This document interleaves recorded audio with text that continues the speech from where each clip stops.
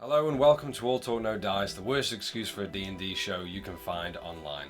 We hope that all of you had an amazing Christmas and New Year and that you have enjoyed all of the season's festivities. Now, in order to welcome all of you back into the new year, everyone has leveled up as of last episode. So I would like everyone to take turns rolling their hit dice before adding them onto your sheets. So let's go through. So Tara. I rolled a 1, and we re-rolling ones? Yeah, re-roll one, yeah. Thank God. Thank God. It was an 8. Nice. Okay. Nice little first roll in, isn't it? Good shit. Lovely. Gerald. Gerald gets a 4. 4, nice. And Rayloff. Here we go, big money. Big money, no whammies. Oh, 11. I'll take it. Nice, fucking A. Good Nice, stuff. well played. Alright, so you guys add those, and with that all done, we'll get into it. So, from last we left off, the small group of adventurers found themselves in a sticky situation after returning to your recent employer, Midala Pike. You returned to Pike with the unconscious elven body of the described Yule Hamber, the one who was accused of stealing a sacred relic from the Azorius Senate. A few words were exchanged before the elf had his neck slit, and Midala promised a further visit before he quickly escaped through the door with the dragon's eye, and then the door was quickly affixed in place. Rayloff opened the chest expecting coin and treasure, only to find thick sand aplenty, before you all quickly heard heavy footfalls and shouts from guards as they began to rush the small dead end of the basement chamber. After some attempts to evade an arrest on the charge of 3 counts of murdering Keel, Creed, and Close Bolin, you all surrendered for a short while before Gerald wriggled free and sprinted off with haste. Theron palmed some gold to his captor and slipped through to a small hovel, and Tara Hudrath was taken to the stables while she continued her wild shape of a riding horse. As all of these separate instances took flight, Rayloff gave in to the orders of the armoured individuals that surrounded him, as he knew their position all too well. You were led to the barracks to meet Lawkeeper Bolin, who would be deciding your sentence shortly. Now, as Tara and Theron both argue within the small crocheting store and Constance watches on in forced silence, Gerald continues to keep an eye out after slipping the guards in your search for a tavern, and Rayloff stands face to face with a furious lawkeeper, taking a breath and biting his tongue as he stares you up and down through a furrowed brow. This is where we pick it up. So, Rayloff,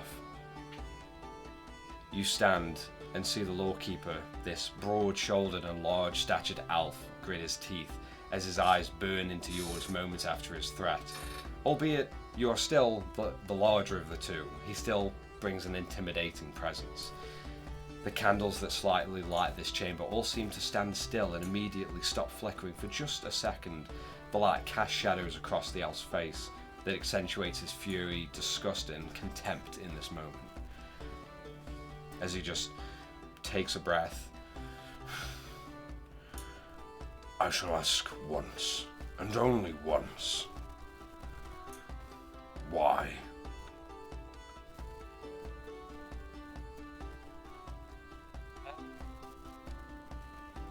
I am going to... Yeah, I'll do that. I'm going to activate my rage. Okay. And as I do, my entire body will just... I'll be standing there, and my body will just start shaking. And there'll be a moment where a circle appears underneath me. And within a second, the sound of glass breaking as my entire body is coated in ice. Okay. And I stand up to him. I did not kill him. You should watch what you say to me. I know what a god is, and I did not kill them. I was framed. Whether you believe me or not, I am going to find who caused this, and I am going to make them suffer. Either you can let me do that, or I will walk out of here. roll a persuasion or intimidation check, your choice. I'll go with intimidation. Go for it. First roll of the new year. That's a fucking So great this is a good statement one. to go with. Goes into That's that one, 19. Like, let me out or I'm 19. leaving. Yeah, 19. You see him, as intimidating as he is, and was in that moment of authority. You see like a slight nudge in his demeanor. As you can tell, it just takes him aback.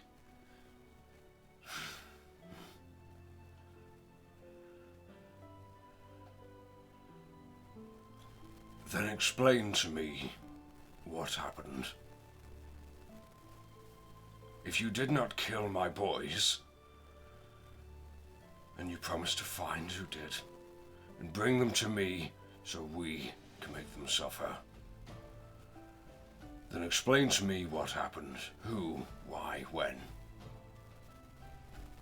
Oh, you could see him sort of taking breaths in and out, and after a while, the glass just sort of shatters and melts off of him. And as you are encased in ice, each breath you notice just so apparent in front of you. With each breath, you just see the light mist of breath leave your body.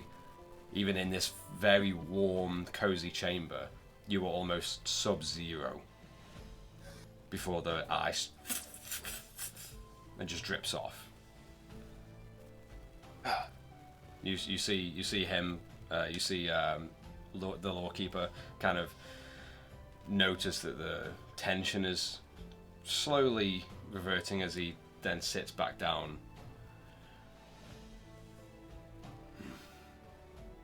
My name is Rayloff Holstrom. I come from Yolderheim, a town Guldrome. You probably haven't heard of it. It's not the big town. It's not what Venny would come to. It is on the edges, the frosty edges by a river.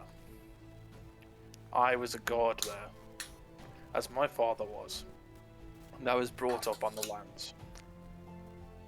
And I received a message from some strange individual in an overcloak covering his face. Then the only name that I received was Scratch.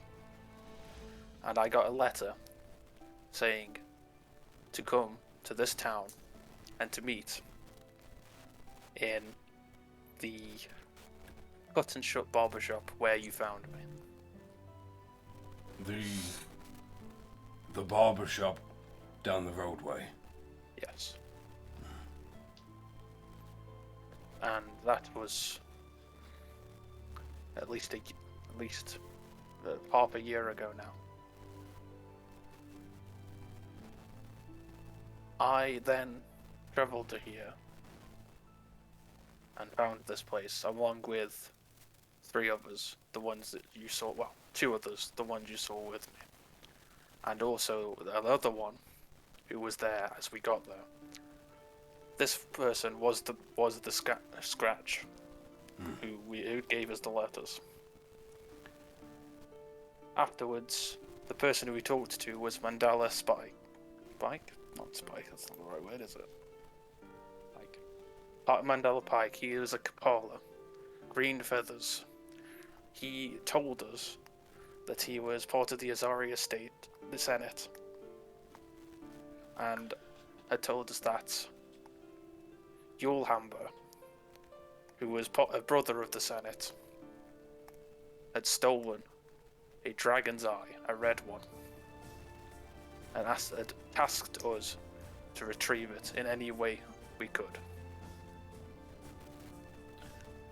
Before you continue, what you are saying is some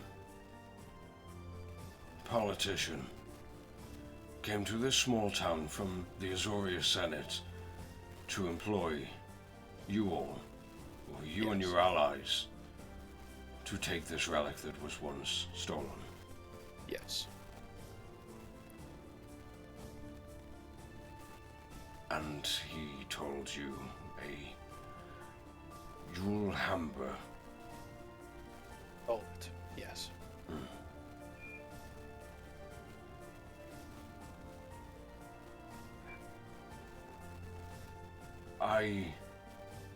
And you can kind of like, you can tell in the moment that he's getting a little bit, he's trying to wrap his head around it, but at the same time you just still see that emotion still just under the surface, not bursting out, but just brimming. I have no idea what Reed was doing with that. Or my boys. Did they say anything? No. By the gods.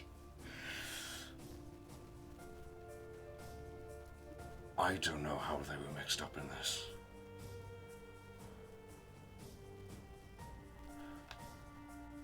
You said that your ally is involved in this, just as much as this Pike. The Scratch who gave us the letter, he seems to have not been involved in this, other than as much as we were in doing this task. Whether they were a former employee before that, or someone who had done a task for him before and they'd asked them to do it, I don't know. Roll a persuasion check with advantage for me. Yep. Glad it was Says. Pristine, Chris. What is it? Pristine. Wish it I was rolled online. 2 1s. Fuck! First one of the new year! Woo! First two. First two. First 2 1s of the new year. You Roll see, it double, forget the trouble. you see, Yeah.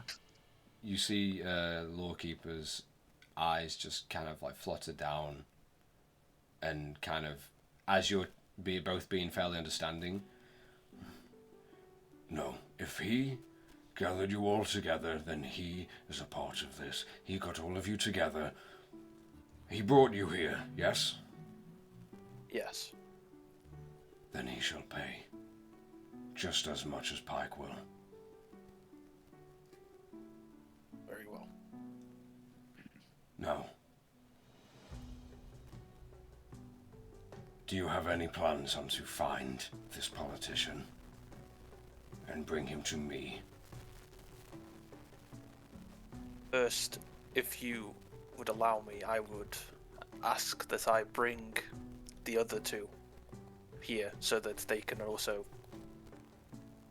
either give their side of the story, or so they can also say that they join in this quest to find him. Very well. I apologize for our first interaction. It's understandable to lose someone close. My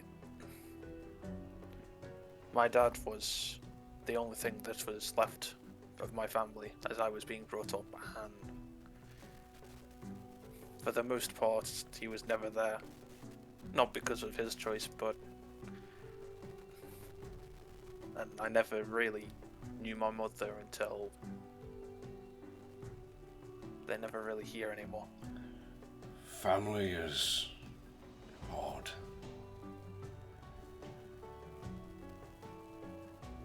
Are my boys okay?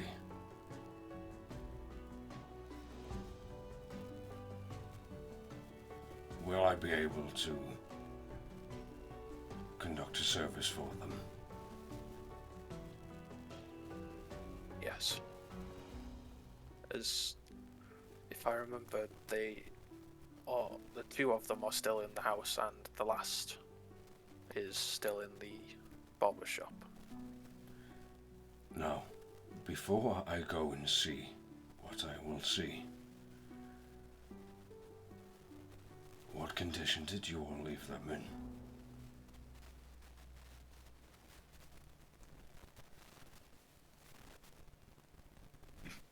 One of them, I'm not quite sure how, but they were brought down. Oh, never mind. I'm dumb. I'm forgetting.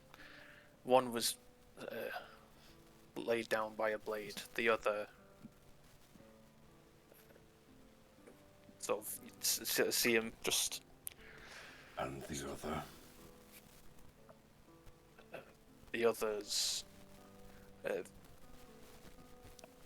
The other in the house was decapitated by a vine whip. I'm not really sure how that works. I will send my men to collect my boys. Or what remains. I would ask that if you are going to gather your allies, that you leave now. I think I need a moment or a few. For what it is worth, Lawmaster, I am sorry. And with that, I'll just walk out and I will stop by the door.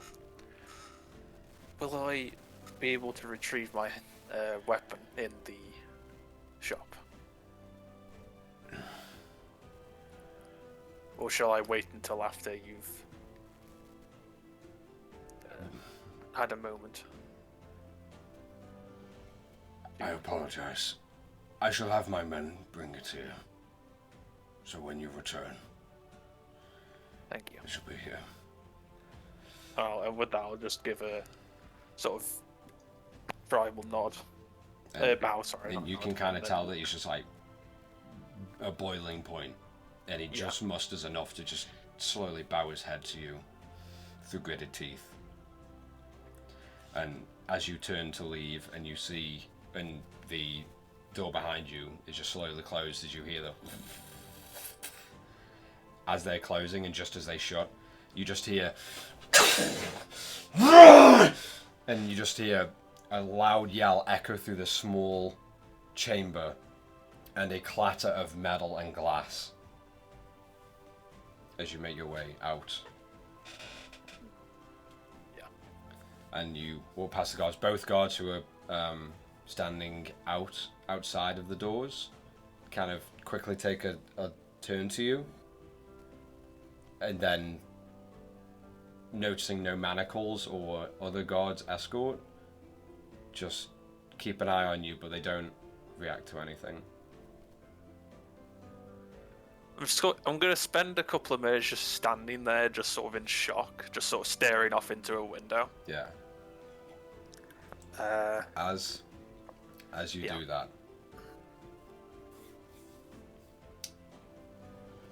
Terra Yes. and Theron, you are both stood still inside the store after Theron pretty much threatened to not touch Coniston. So you see in the corner of the counter is just still crocheting and almost like wanting to be curious to look up, but then kind of catches Theron's eyes, and then he just darts back down. Yeah. And you just see like Theron, like after he just stares at you and like locks this strange, serious demeanor. Okay, give me a sec. And he just like peeks his head out of the doorway. Yeah. Right. Okay, here's the deal. I'm gonna go and have a little look around. You're gonna stay here. Okay? Why? Because I need to scout the area. I'll see where we can go. For what? Don't you know we just nearly got arrested, right? Well, Theron can see Tara just thinking about whereabout we are. That way is where Gerald ran. Well, let me go have a look then first. I'll peek out, and then we'll go. Okay. Now, don't fucking touch him. As he just points straight to Constance. Why would I? And Theron just like, not darts, but quickly shuffles and just pokes his head out. And you hear a couple of footfalls begin to of a small set of guards, and you just see him quickly, and he just darts back in. Yeah? I'm gonna walk over, pulls out one of the good berries off the horse staff, just in case you need it. I know you refused it earlier. You might. I don't need it. You sure? Okay. And he just like quickly snatches it out of your hand and just pockets it. Yeah, that's fine. Enjoy. I'm gonna have a little look outside, okay? Okay. Stay where you are. I'll No come worries. back to you. That's good. And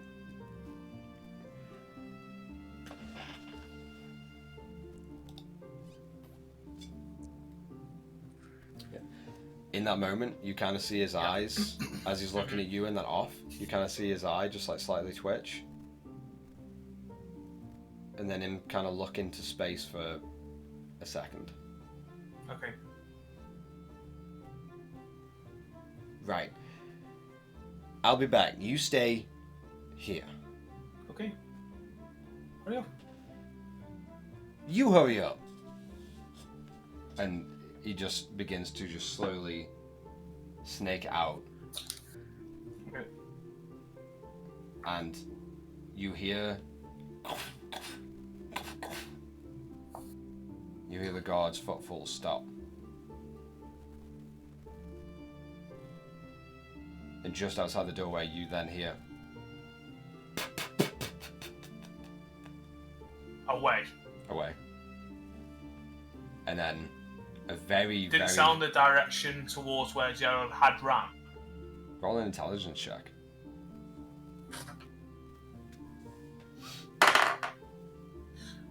Intelligence.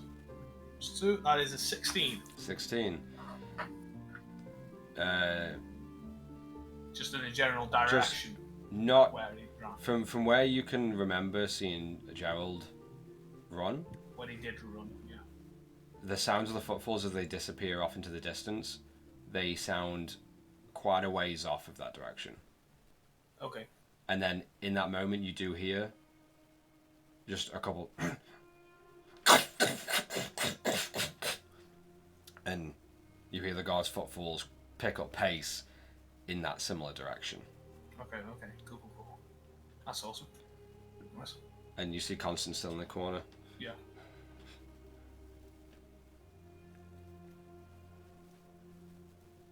Maybe you want to go, Theo? So! More quite confidently, but Mogwai still underneath my legs.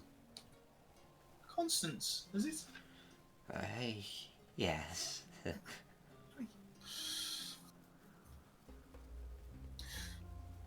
So what kind of stuff do you like doing the most?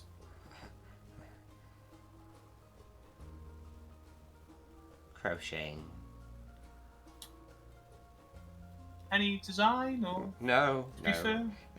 anything. How long have you been doing it for? Please don't kill me. Why would I do that? I have family somewhere, I and know. this is all my life. Please don't take it away from me. Why? I wouldn't do that. Roll a persuasion check with would- disadvantage.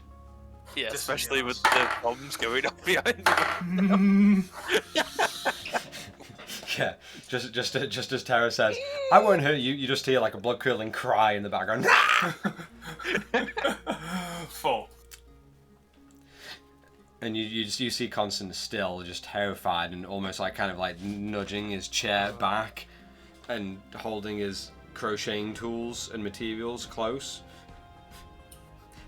Just don't. please don't take my life away. I have so much to live I for, really and want. I just really want to keep living. I do. I would like you to do a job for me if that's possible. Does it mean I will get to live? You would have always been able to live. What's the job? Bends down. Mogwai. By the gods! Leave me, please! Look. Strokes Mogwai. And he just turns. You see one eye just like poke out as in your arms. You just see the small cuddly bundle of feathers and fluff. Do you think you could crochet something for him, this little guy? I just wouldn't get too close. Yes. He's quite young still. Do you think anything would look nice? No. I'm sorry. I'm sorry. I mean, yes. Plenty of things would. Fantastic. Is there anything that you would recommend? Anything you would like, I will make. And you can kind of see just tears streaming down his cheeks now. Pretty much bargaining for his life at this point. Okay, my wife. Picks him up. Puts back down. It's okay. Anything that you would recommend? Just please tell me what to do and I'll do it. I just want to live. You will live. And you just see him all like, okay. A nice coat or cape might look Cape? nice. What do you think? A small shawl wrapped around its shoulders. Well, what?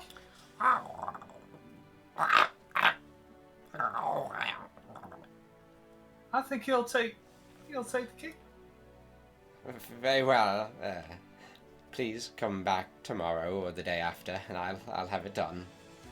Fantastic. How much? Would it cost? Nothing. It's free. Just I need you to go now so I can get to work. Well, you see. And he starts backing away even more a little bit in his chair up to the back wall. You see, my friend.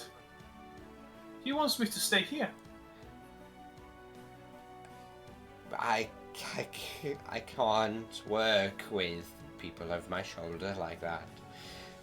Please leave. Well, how about I stay over there and you can work here? Just for a little bit.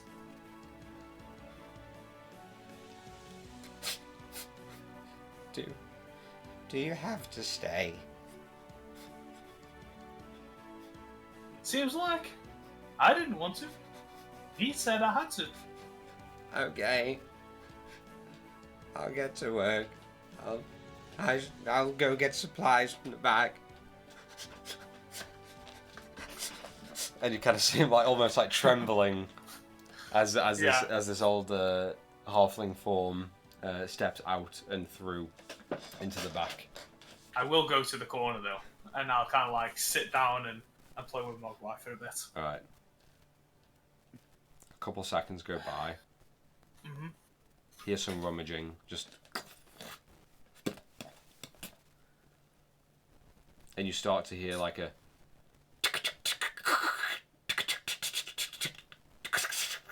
Of just like a rattle of metal on metal.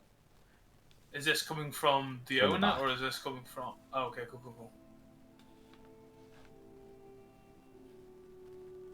Are you okay there? you just hear the rattle immediately. I'm fine. Yes, just getting into one of my cabinets. Okay. And as you say okay, you hear and you hear a door just quickly open. Okay. And you hear his breath almost pick up as a big inhale. And you just hear footfalls sprint out of the building. Okay. I'm going to walk back to where the counter is. Okay. Knock on the counter, and I'll wait roughly about 10 seconds to see if anyone replies. I'll say, "Hello? Hello?" Deeper knocking. "Hello?" I'm gonna step behind the counter. Yeah. And try to like knock on the doors before I step in to make my announcement that I'm coming in. Hello? Hello? I'm gonna walk towards where I could hear the sound of this door opening. Mm-hmm. It's definitely open. You go behind the counter and go through a small doorway. There was which just only closed ajar. Yeah. And as you go in, you walk into the very small and cramped, I guess, stock room. You see a couple makeshift wooden shelves and cabinets that are full of thread and wool and different materials, all laid out with different needles and crocheting hooks and everything.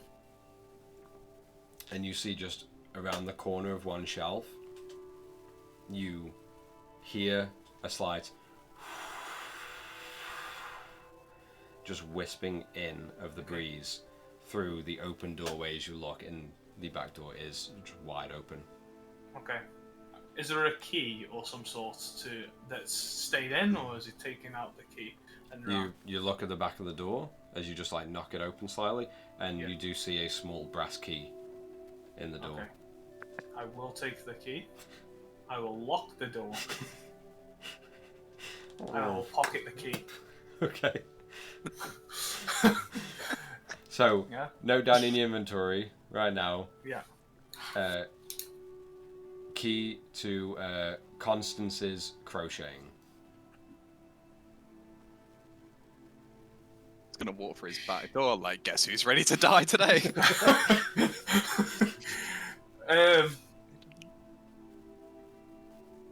Is there anything that like sparks out to my attention in the back?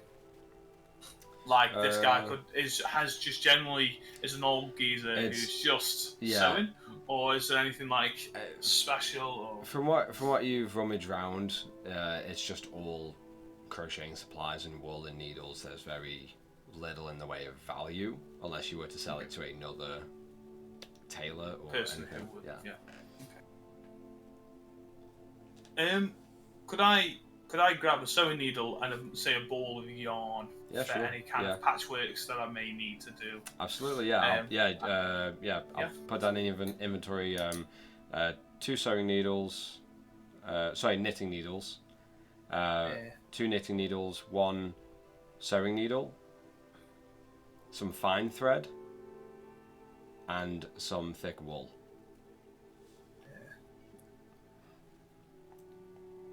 Wool and thread. Okay, I will put 2 copper pieces down onto the side.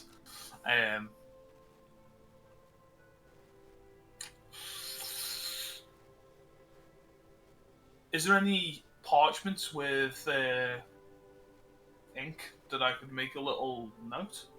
Yeah, absolutely. Yeah. You find throughout the stock there is various other supplies that are just basic general, like shopkeeping supplies. So you have parchment, there's ink and quills. Not really too many of them, but just enough. Okay. I will write a little note. But before I do, is there a tavern that was reasonably close, or that we would have known about at all? Or? None that everyone would have known about. Okay.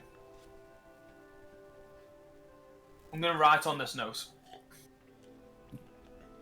2T.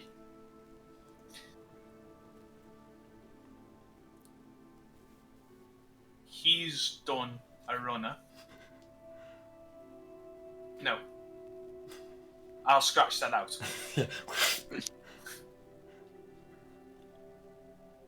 He was scared after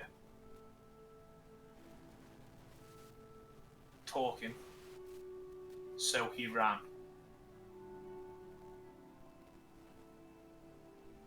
I will go find refreshments. Tea. Ara. And I will put a little piece of twig, little branch, and pierce a little hole through the piece of paper in hope that he would know that it meant me. And I will do Theron's little scatter outside with my head. So, do I see anyone in particular who's running at me or anything? Roll a perception check for me. Better. Perception. That is a 19. 19. You can see far down the end of the roadway, just off the corner of the lore house, which was where you saw Rayloff escorted through, just at that T section. Yeah. You see a small, elderly halfling gentleman matching the description of Constance, who is that you've just seen sprint away. Yeah. Panicking and muttering to guards and pointing over to his business. Okay. I'm going to, in knowing that, hook back inside. Okay. Mogwai? We're gonna have to run.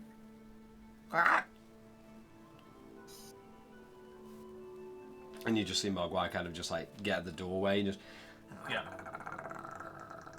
I'm going to squeak open the door slightly, look directly towards where I saw the guards and Constance. you look again, and you see the guards right now like their backs are turned from you, and they're more intrigued in talking with this halfling. Yeah, cool. That's fine. Okay. Opens the door, goes the opposite direction around the building, or attempt to around the building. Yeah, you just kind of and then shimmy around the side. Yeah, and then once I'm kind of out of street view, woof, I'm gonna start. Roll an athletics check, and then roll one for Mogwai.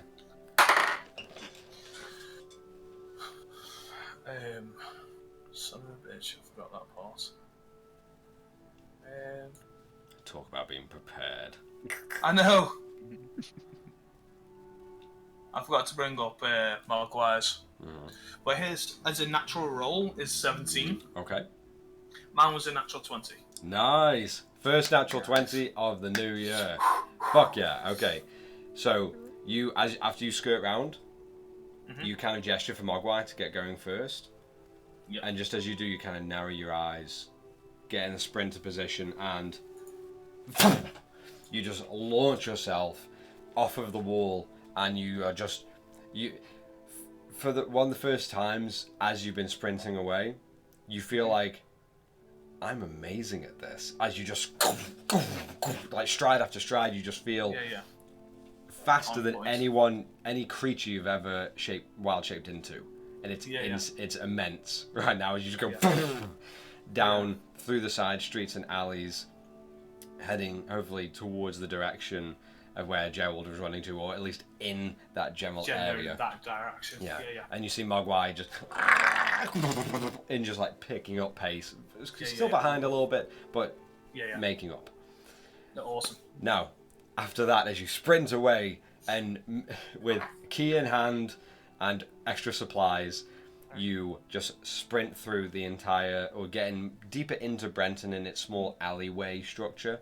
And as you get out there, Gerald, you have just eluded the guards that were furiously hunting you down. Your 2 allies have slipped away somewhere. Actually, no, you left first. In the instance, all 3 of your allies are still held and captured by the guards. You made a break for it, and you've got away. Now in search of a tavern. I have also, if you remember from last time, I managed to pick up some sheets and stuff to disguise myself a bit. Yeah, as you're cloaked all around, and you are now this small 3 foot. Are you about 3 foot something? 5 foot. Well, you're a tall Keku. Slight sort of lithe 5 foot figure, just shuffling through the bazaars and the small markets of Brenton, which are very, very sparse. Like, they're not the wild markets of Zakash, or very just thorough and almost fantastical as the markets you've heard in Waterdeep. Like, these are just very ramshackled little stalls that are kind of put up, kind of not. As you pass, you don't know if they're working or they're in business, or they're just people just moving things. It's very misleading. But you do continue to shuffle through. Is there anything you'd like to do before looking for a tavern, or are you just straight away trying to find one? No, I want to straight away find one. Okay. One. Do you want to? Are you going to ask someone for directions, or are you just going to just wander around and hope? Yeah, you know what? Actually, I will approach some nearer person and just sort of tug on their. Yes. Hello, child. Sorry, excuse me, but could you just direct me towards a fairly decent tavern around here? Oh, you're a traveller, and you're looking for a stiff drink. Yes, that would do. Well, look no further. If you just head down this road and just veer to the left, you will find a big sign. You cannot miss it. It has a little wisp of wind and 2 knocking knees portrayed on the sign. Excellent, thank you. You're welcome. I might even suggest go there in about 15-20 minutes. It should be entertaining. Roll a persuasion check with disadvantage. Stranger danger. That's the creepiest thing you'd say to someone. No. Yeah, that did. That's 10. You kind of see him a little bit like this tall elf. You see the brow kind of forward slightly, and they just look at you a second before. You know what? When I am finished, I might actually come by. Excellent. You won't regret it. And I'm just going to walk off. And as you walk, you can kind of look with the corner of your eye, and you see him just eyeing you, and all you hear is a mutter as you turn away. That's a weird creature. And it continues. After about a 5-minute walk, fairly after you've sprinted through part of Brenton, finding the alleys to be a little bit zigzaggy and almost maze-like, fairly easily found. You come up to this small sandstone and wooden roofed tavern with a large door. The door itself is just a small wooden frame around, but there's one entire pane of glass, just transparent, clean, pure glass set in the door. Oh. And you see the large sign with the cartoony and hand-painted wisp of a wind, and then some knocking knees on either side of it. And you see a small sign underneath, just off to the doorway, that says, all patrons and travellers welcome. The Breeze Between the Knees Tavern.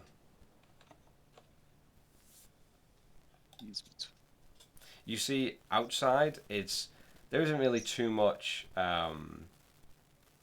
there isn't really too much commotion. There's not really too many people that are outside. There's a couple of people that you see wandering in and out or past or like stopping just to look at the place. It's through all the ramshackle buildings of sandstone. This one kind of sticks out a little bit more as presentory. Whether the interior will be the same or not, but it presents pretty much very grandiose for the area. I'll walk in. All right, and you walk in through the door, which has that large glass pane, and you step through, and you see immediately, kind of like you walk in, and albeit it's pretty stuck to the the theme of Brenton, of a little dingy but cozy. You can tell that the proprietors have gone to a lot of effort to find a suitable set of cloths and rugs and tapestries. The tapestries themselves are kind of crooked slightly. You see the furniture is maybe once was very expensive and very royal, but now they're kind of dingy and stained and slightly just a little bit worn away, but still there's a decent fair amount of patrons within the tavern. You can tell that it's trying to come off as more of a royal tavern or royal space more so, but it's not pulling it off too well. It's like how Spoons works. Pretty much, yeah. Yeah, it tries to look really, really fancy, but then misses the mark. There are just parts quality down, yeah. But yeah, as you walk in, you see a tall, bronze-scale dragonborn, sort of waiting at the door. And as you come in, how are you doing? Get in! And he kind of almost grabs you and just not throws you, but almost tosses and nudges you in to a and you catch yourself. Welcome to the Breeze Between the Knees. What shall it be? And you can kind of, must I say, what a warm welcome. And as you say that, you see about 6 other patrons that are there. They're kind of grungy workers, and you can tell they work with their hands a lot. As all of them are kind of grubby and covered in sand and sun-weathered skin, heavily sun-weathered.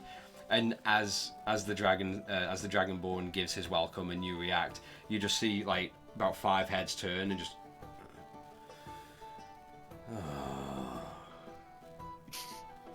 And it's a weird oxymoron of atmosphere in this place. Yeah. Well, I believe that I shall grab an ale for starters. Of course you will. I'm Dendril, the owner of the Breeze Between the Knees. Now, your bartender shall be right up. If you'd like to just go over to the counter and to the bar, you shall be served immediately with haste. Entertain this, I will walk to the bar then. As you walk, you kind of hear him almost as he's in this bravado, this big cheesy grin, as he looks down at you. And you just see him sprint past you and almost try and dart around the bar, just leaping underneath. And then as you get to the bar and you kind of sit down on one of the higher stools and you kind of climb up, as soon as he hears your butt onto the stool, you see him immediately pop up from behind the bar. Oh my, so fast. Welcome to the Breeze Between the Knees. What will it be? I believe it will be an ale, my good sir. Fantastic. I assume you've been welcomed thoroughly. Oh, yes, there was, I believe, a beautiful man that welcomed me at the door. It was excellent. I know the one. Here. And he just almost like launches it at you, but like slides across the small 1.5 foot of bar top. Just quickly catch. So, you seem to be a little bit down at the moment. But, I must admit, Dendril is never down. Not while the breeze between the knees flurries with excitement. Just cast your eyes across the bar. And you look, and you see the grungy 5 or 6 other patrons.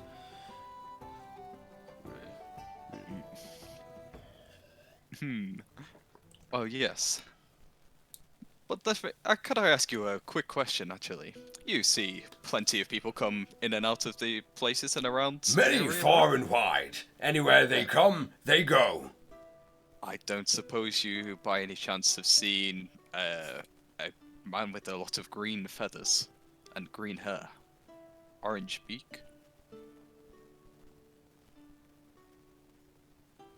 Are you speaking of Troxy, the small Kopara that came in and stole everyone's coin last night at the card game? That may be using a different name, but I believe we're on the same person.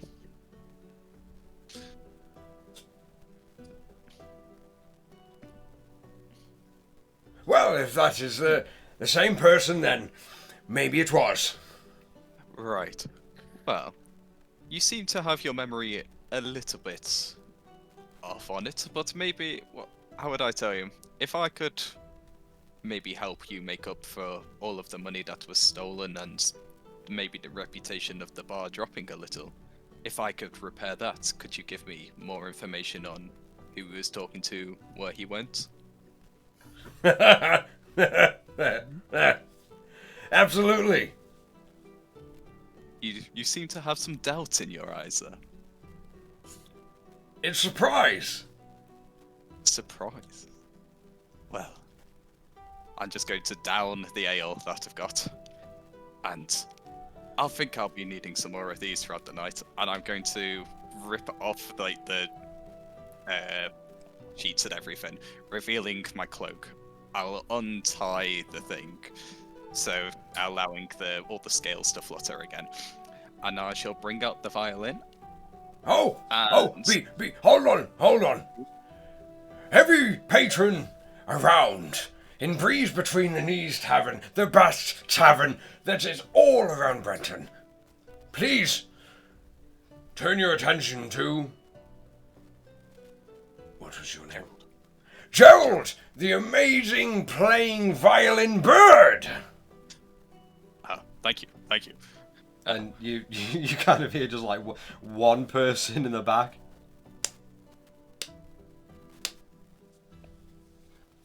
Not being too off-put by this, I'm going... I would like to cast Unearthly Chorus.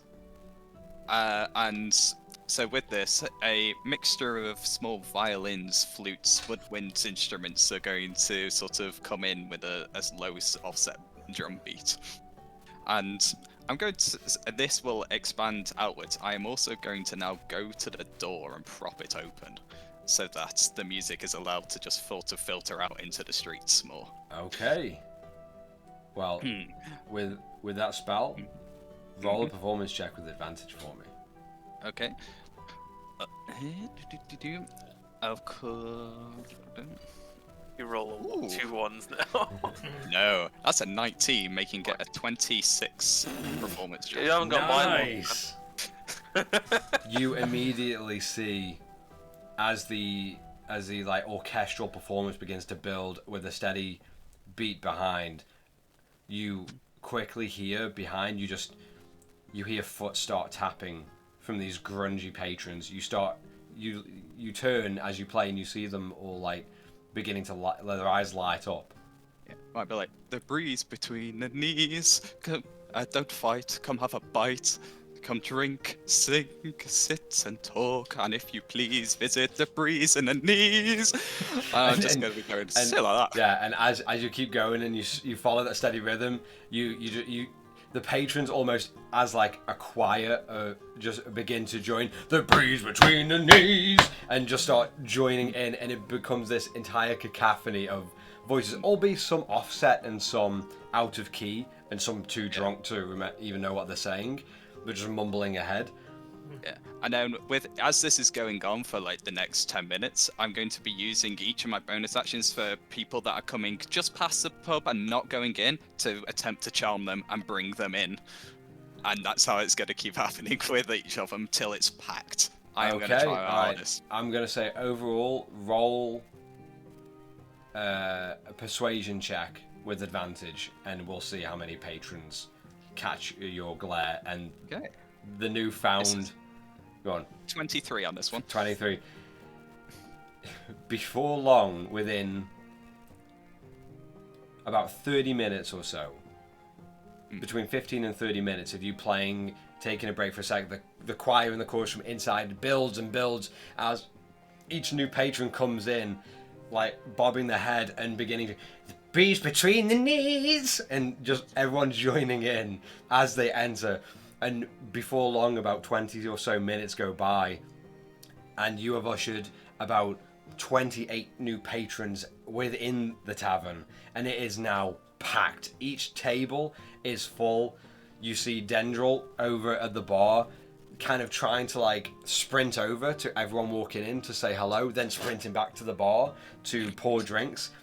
Finding that doesn't work after about the first 6 come through, so he stays behind the bar screaming welcome over the entire choir and chorus that is playing, and people are having to stand at the bar and stand up around the tables, and it is just weirdly almost like the candlelight and the torchlight and the small light that comes in through the glass has almost lit up a little bit, and all this chamber now shines with happiness and just merriment.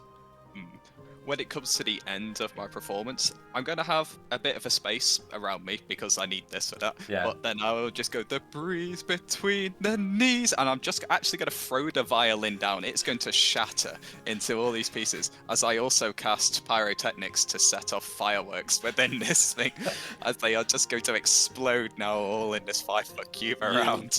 You just get to the crescendo of the song, and then you just launch your violin down, and it just clatters across the ground, breaking and splintering, and you hear like everyone kind of just stop, and you hear like a couple mugs just everyone looks to you before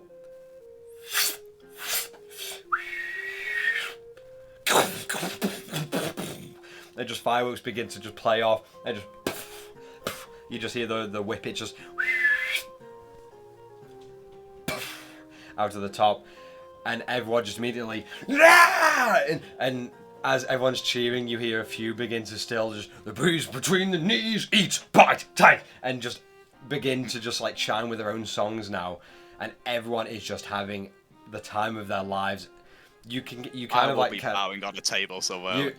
You kind of catch a glimpse outside, and you see like some shop owners looking really like worried about this sudden influx of explosions, noise, singing, music. And you get up on some tables, you step over onto other tables, bowing to each and every patron around. Everyone's clapping and cheering and still singing. And as we are going to swap over to Rayloff, you have just found yourself staring off in the distance. How close is that to the tavern? And would I hear all of this? That music Noise. spans 100 foot. Yeah. Or would I see all the influx of people just going? Because I don't know how close it is to the Lawmaster office. I mean, it's only a few minutes walk away. Roll a perception check for me. Yeah, sure. Oh, there's a high roll when I needed it. 18. 18. You, as you're staring off and kind of taking in what you and Bolin had just spoken of, knowing what you have to do, who you have to find, and trying to gather your allies wherever they may be at this point. You see like 2 people sprint past you with big smiles, like with intent, and you see a smaller gnomish figure sprinting just behind them, and you see all 3 of them begin sprinting down a small alleyway, and just from the distance you hear like a small band orchestra just offset in the just wisps of the winds around. You hear very quiet and dull thumping, clapping, music slowly emanating of violins, trumpets, woodwind instruments, drums. So much going on, but very quiet and just off in the distance as you see those 3 creatures just dart past you with smiles, heading down in that direction. I'll start heading towards the door. I'll just keep my eye on. Not keep my eye on it, just see what the guards are doing as I walk past. You notice they are keeping an eye on you, but they're not tailing you nor advancing. It's very much, especially the guards in the immediate area, they noticed that you went in with an escort and came out no manacles or anything. Yeah. So they're kind of wary just in case, but not hearing any commotion inside the law house or anything. Other than the scream. Other than the scream and the clatter, then they don't. I would say they don't pay you any mind, but they are very interested in you being this very large, giant-like creature. But they're not. They're not, being hostile. Yeah. So I head towards the door, and as I'm going out, I'll just give them a brief nod as I'm going out, and I'll head down towards where I can hear the music. Okay. After a few minutes, the music builds and builds, and you look down a small roadway as you get out of 2 or 3 alleys that are kind of zigzagged, but you were lucky enough to catch up with the other few creatures that were sprinting there. And you turn your head out into this roadway, and you see all of the shop owners and the market stall owners that were previously kind of just sat, just counting the hours away. You see a small crowd begin to form around this one very grandiose looking building, especially in the area it sticks out like a sore thumb. And you see about halfway down the roadway towards you, you see a queue of people filtering in through the doorway of this building, like through the small crowd, like as like an arch around the building and around that street, all looking on. Some people outside clapping, everyone smiling and like kind of tapping their feet, and the music is continuing, and you hear a choir of 30 voices now slamming tankards and stomping feet and singing. And you see this long queue of all excited people waiting to get in. And at this point as well, Tara, as you are running through, you catch yourself just moving off of this large roadway, and as you're about to sink into another alley, you hear just behind you, back up that roadway, music start to play, and thumps and orchestral music and a choir begin to build quickly. And very soon, as you catch yourself turn, almost like a flash, everyone appeared. There's a small crowd around this one building halfway down the roadway, and a long queue of different creatures and humanoids waiting to get in. But you were sure that the roadway was near empty a minute ago. Through purely just curiosity, I will start heading that way. I won't run. I'll be like, I've made some distance now. I kind of usher Mogwai to come close to me. In that moment, Rayloff, as you're peeking out of the alley down the roadway, and you see this fantastical, grandiose building being now shining light, and you see like reds, greens, like just puffs of like shafts of green and reds just like almost explode out of the windows and the panes. You kind of like you catch one familiar figure far down the end of the roadway, almost looking like they had just turned back, and you see Tara at the end, kind of like making her way up with Mogwai in tow, up the roadway towards you, or towards the building that is just in front. I'm going to head towards the end of the queue to join in, but I will keep an eye on where I saw Tara and Mogwai. Yeah, Tara, you walk up, and you see like the queue of like average citizens of Brenton, all kind of different heights, and then right to the back of the tail end, you see this just big lump of a creature staring down to you, and you see Rayloff, no manacles, no guards, standing in queue to get into the Breeze Between the Knees tavern that is now exploding with merriment and music. I'm assuming that the queue is facing the opposite direction of where I'm coming from. I'll be coming from the back. No, you'd be coming from the front. So imagine like here's the doorway into the tavern. The queue comes out this way. Rayloff is here, and then you're coming down from here from the end of the roadway. Okay, cool. Because he came that way to the queue, and you were coming all the way down the roadway. Exactly. Well, while I'm walking past, what I'll do is I'll make a quick little glance through the openished door, the peeked open door. Roll a perception check. Yeah. Average. Perception, 14. You peek in, and you hear a choir, like you hear a small a trio, just going praise, praise, praise, praise, and everyone else knees, knees, knees, and there's weird cacophony, and then a small choir humming over the top, breeze between the knees, eat, sleep, drink, and you see on one table, you see your ally Gerald just dancing and kicking tankards and tables and leaping from table to table, and everyone's clapping and cheering and singing along. Would the song still be going on?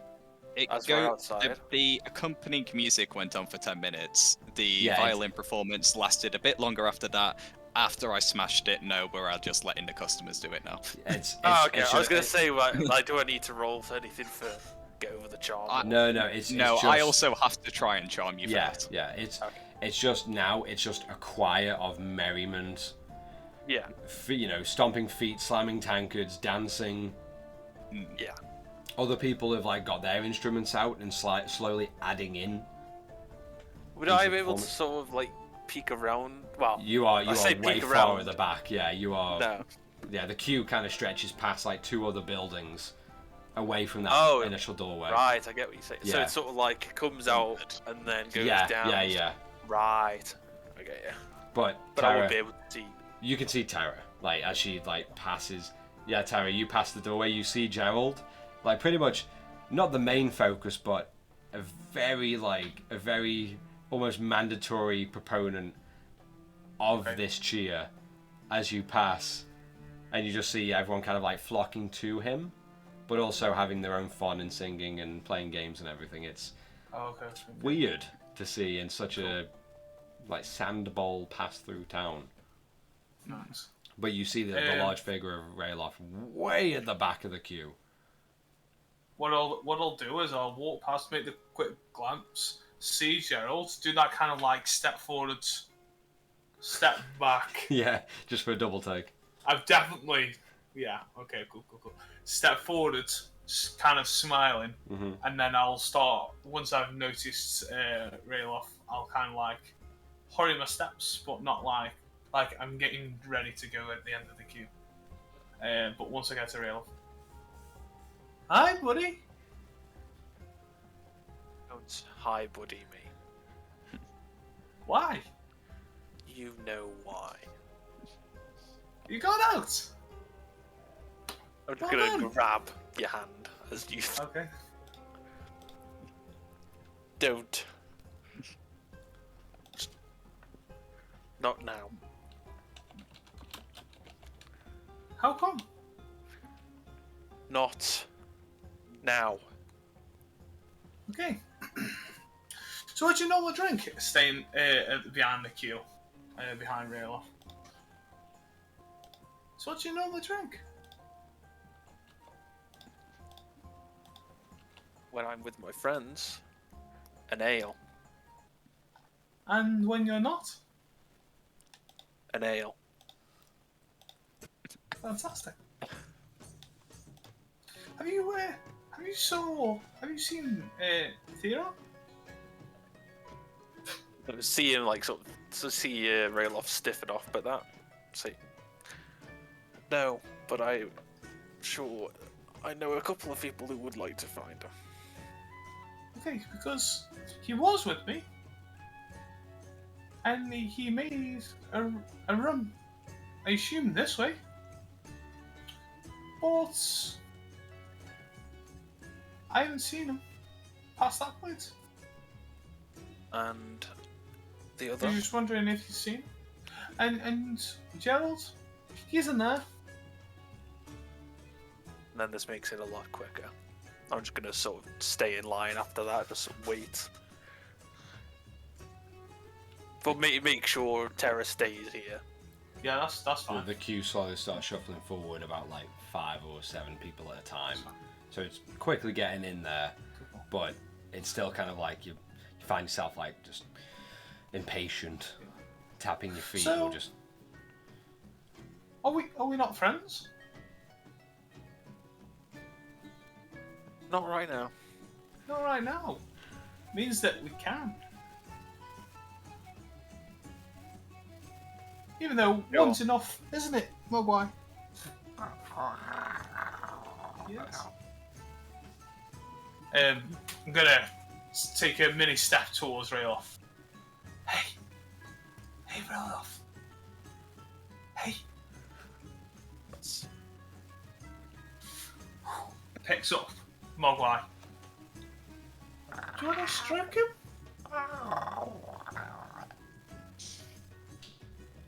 I'll sort of take a second, sort of the sort of thing where you go, like you move your hand as if you're debating whether to do it, but I'll eventually give it a surprisingly gentle stroke for someone of my size.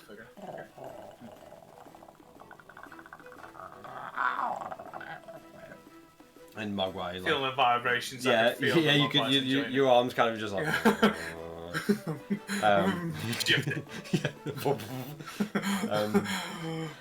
Yeah, you feel you feel the vibrations of Mogwai pretty much purring, and he snuggles into Yeah, yeah, Rayloff's hand before you put him back down. Yeah. Well, Mogwai likes you. We'll be best friends soon. As Tara kind of just like taps on your chest. The queue quickly begins to shuffle in a bit more. Just You shuffle both of you find yourselves only about 10 feet away from the doorway now, just waiting. And some music and singing is still just emanating out, and the beat is still there and picking. Yeah. I'll briefly look behind me to see how long the queue is.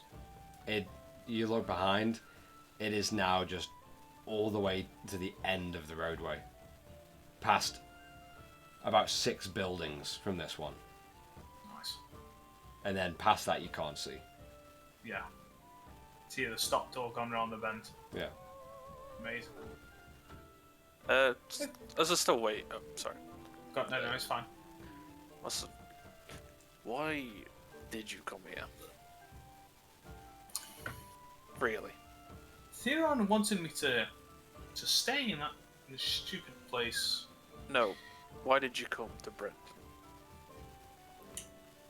Oh, I got a letter saying to meet here. Surely you had a reason other than that. No, it was my only reason.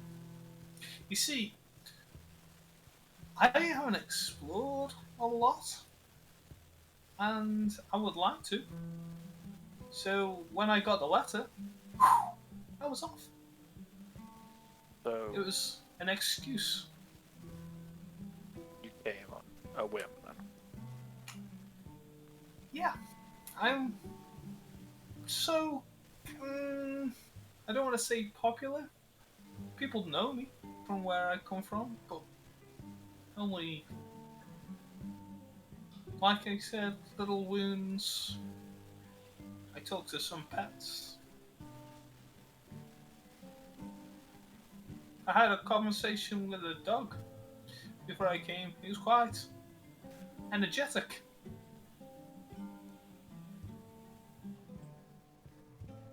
Right. Yeah. And you decided. Dogwise not the only one I speak to. Because you're the best! Exactly. What you were saying?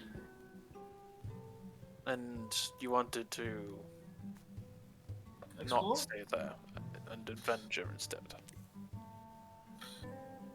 Yes. Since I was a little girl, I wanted to. Then what was with the question? With the question? What do you know About- about the way of life? The. Let me just make sure I definitely say it right.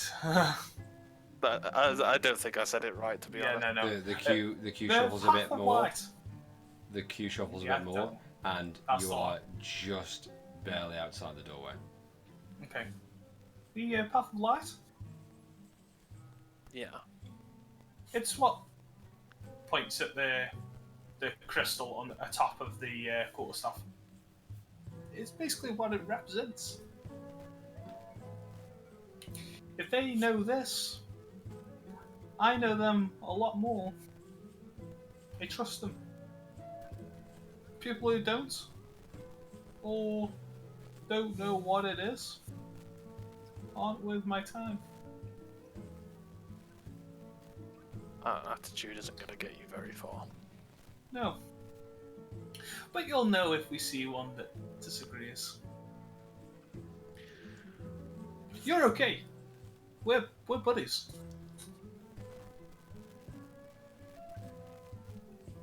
You know what? Because we're such buddies, I'll get you your drink. You're going to get my drink. Yes. Feeling quite generous.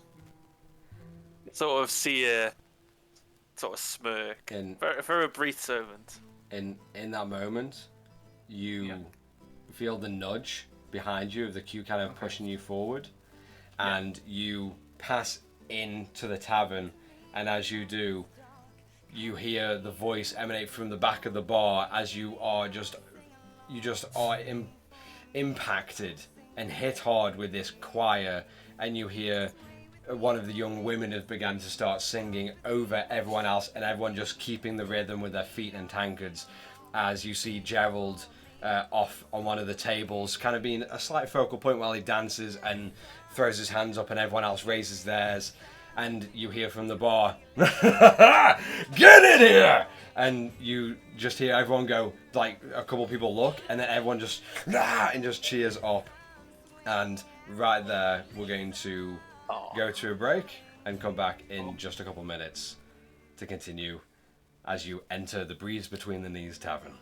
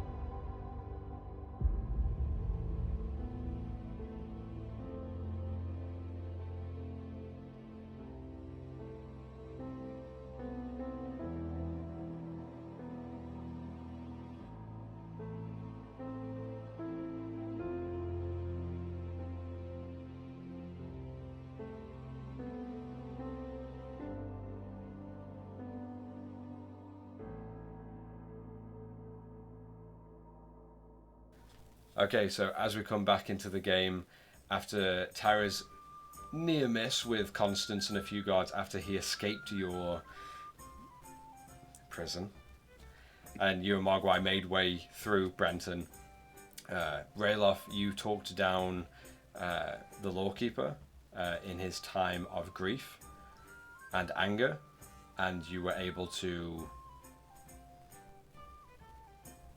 convince him to let you free to go and gather your allies, with the promise that you would, if not fix the issue, you would find revenge and find Midala or whoever else is involved and bring them to him. And Gerald, as you found the Breeze Between the Knees Tavern, a very grandiose building yet silent and dingy, you quickly began a performance and created a cacophony of choir voices and orchestral instruments playing as you charmed and winked at passers-by, and before you knew it, the entire tavern was full, raging with light cheers and drinks. And after a short while, both Tara and Rayloff, you heard the music and began to head there, finding each other now standing, just entering after waiting in the long queue that has now developed even further back. You both now step through the doorway to a big cheer and a welcome from everybody as you enter, and you catch Gerald fluttering and dancing on one of the tables. Amazing. I'll try to make eye contact with Gerald. Oh hey! You I hear will everyone around him. over. Everyone around him just turns to you and goes, "Yay!" And just all like a big like crowd, and you still hear "Breeze Between the Knees," and just a whole cacophony around you, and you have multiple, not really musicians, but people who just brought their instruments out, maybe brought them from home with the new arrival of merriment and music, and they're all just trying to like just. It's this weird mix of different music being played depending on where you're standing, but it just melds into one big happy group of insanity. Ah, so I see you're alright. I see you're alright. we have indeed made some friends, shall we say? Fantastic. What brings you over to here? Work. I was going to say the music, but You've got a new job already?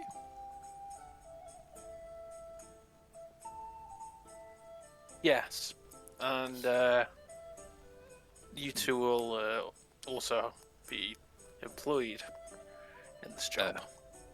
Excuse me, but I'm going to find our green parrot friend. I don't have time for another job. It's about that. Oh. Well, in which case, sign me up. This, as you can see, is all for the express purpose of finding him. amazing. And Would you like a drink? you We're know waiting something at the about bar. him? Our gold friend over there. After it's quietened down a bit, I may have gone a little overboard in helping him and his establishment, but we shall You get some information later. you look over to where Gerald points over to the bar top, and you see this large, tall, bronze-scale dragonborn darting back and forth to patrons with a huge, cheesy grin, almost permanently affixed to his face. And as the crowd is still singing and cheering and clapping and talking between each other, you still hear his voice cut through just with a couple yes, drink for you, hail, bottle, and you see him launching out multiple different products to people, and just cuts through the noise of the crowd. And by the way, none of you have a violin on you, do you?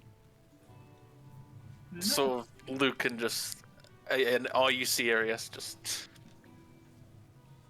Fine, don't want to. fine. I will bring out the lyre instead. No, I'm just gonna go to that. I'll sort of lean into him and just go, do you really trust him? He's a better face than before. Not really he's saying. What is it? I'll kind of stay in line for the bar while Luke, real often alls I know- Gerald are properly talking. Is apparently a green feathered person came in and took a load of money from his patrons. I've decided to restore the balance in the pub for him and his reputation. I feel like he'll trust us. And we can trust him. And what exactly is your plan after?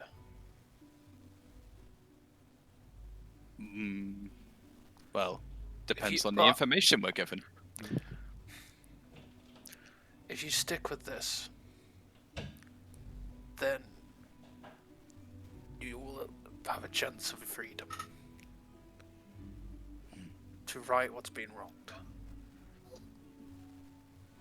But only if you give it your utmost respect. I will explain more later, but for now, it's been a long day. And I would hope that there are no more misgivings that either of you. I'll sort of look back, as I'm assuming, Tara, you'd be close enough to hear it. Sort of I softly. would assume so, but like I said, I am still in line in the bar, so we haven't lost the space. Oh yeah. We'll just move with it, shall we? Yeah, cool. I definitely would have been listening though. Either of you, any misgivings of not happen? Yes. As I seem to recall, I haven't touched a single person since I got here. I'll sort of look back to you, Tara. Only in self-defense. I'm going to insight that. Go ahead. Okay. I don't feel like I need to roll. Well, it's a 11 anyway, so it's not. Okay. I do mean what I mean to us all in self-defense. Probably with some mistakes, but We- he hit me, I hit him back. but He for charged now- over me over the table, I clouted him with my hoof. Calm down, large man. There is drinking, there is eating, there is festivities. Just enjoy it whilst you can. Very well. He's right. Now, I see you're friends of the violin bird. Yes. Then you are friends of mine. What will it be? It'll be 3 ales, please. 3. Yes. And he just launches them across the 1.5 feet bar top, like pretty much into your sternum, like standing against the bar top. And also, my friend here, I sort of pat Tora on the back, has told me that they will be getting me a drink. So I will have 1 keg of ale, please.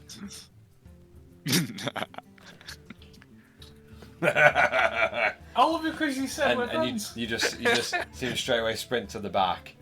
Yeah. And before I'll long, slide Gerald one of the ales. before long, you just see like him holding like a small keg just over his shoulder.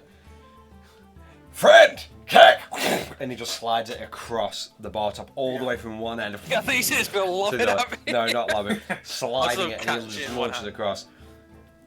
Just And- hold it up in one hand. Just- I think you are going to drink well today. How much would that be? Well, a friend of Violin Bird pays nothing. Now go have fun. And he kind of like grabs like a couple of you and tries to just nudge you to the side as Well, I'm you, guessing- you very quickly hear other patrons. Yes, I would like it, and just continue that order. I'm guessing when he tries to nudge me, he doesn't really move me that much. Yeah, he kind of just pushes like both Gerald and Tara, just nudges into you, just to kind of like just at least make a teeny bit of a gap for the next patrons that are just begging to get to the bar.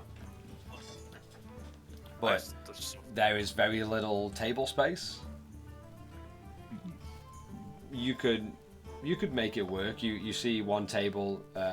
Actually, right at this moment, you do see one small group of 4 leaving a certain table, and you see like 3 sets of eyes immediately turn to those tables and chairs. I'm gonna head to And you just see like Mogwai almost leap up into the air, coming up to about waist height, but just elegant, and just lands on the table. I'm also gonna head to the table and just put the we're keg still down. gonna walk I'm just Yeah. gonna put the keg down on it. Yeah. And just look around to the people. You kind of see like some people.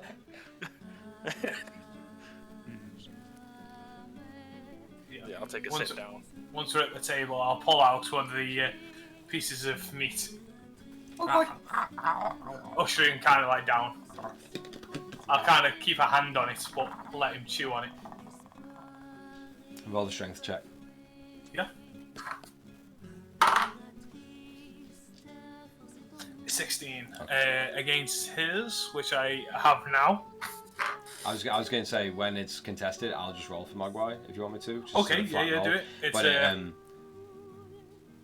+3 to strength. okay, 14. So you still keep grip, although you all of you kind of like you see Tara be really loving and just like hold this treat out, and under the table you just see Tara's a little bit. And you just hear from under the table, and just like nibbling and trying to pull. Yeah. Once he's tugged quite a chunk and you see my arm moving, okay, and I'll let go. And as you do from under the table, you just hear.